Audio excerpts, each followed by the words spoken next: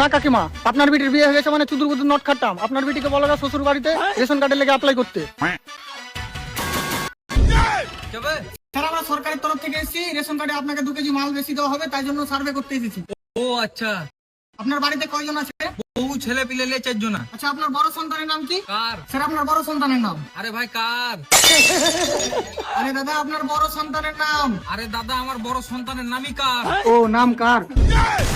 ইয়া কিরকম নাম রে? ঠিক আছে, বাদ দে। আপনার ছোট সন্তানের নাম কি? ওর। না দাদা, ওয়াল্লাহি আপনার ছোট সন্তানের নাম কি? আরে ভাই ওর। না দাদা, ওর নাম না, ওর নাম তো আমি জানি। আপনার ছোট সন্তানের নাম কি? আরে দাদা আমার ছোট সন্তানের নামই ওর। আচ্ছা ঠিক আছে, বাদ দেন। আপনার বউয়ের নাম কি? জানি না।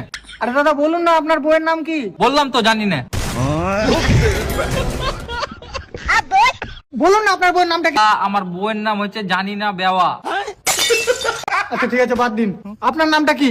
আমার হ্যাঁ স্যার, আপনার। আমার তো আমি কাকে জিজ্ঞাসা করছি, একা জিজ্ঞাসা করছি নাকি? আমি তো বলছি যে তোমার নামটা কি। আরে দাদা আমার নামটাই আমার শেখ। কাজের কিছু বলতে চাইছি, হ্যাঁ তো মারা রাজমিস্ত্রি করে খাও। ওই কি ছিল, আমরা কাছে গাঁজা খেয়ে বুঝতো।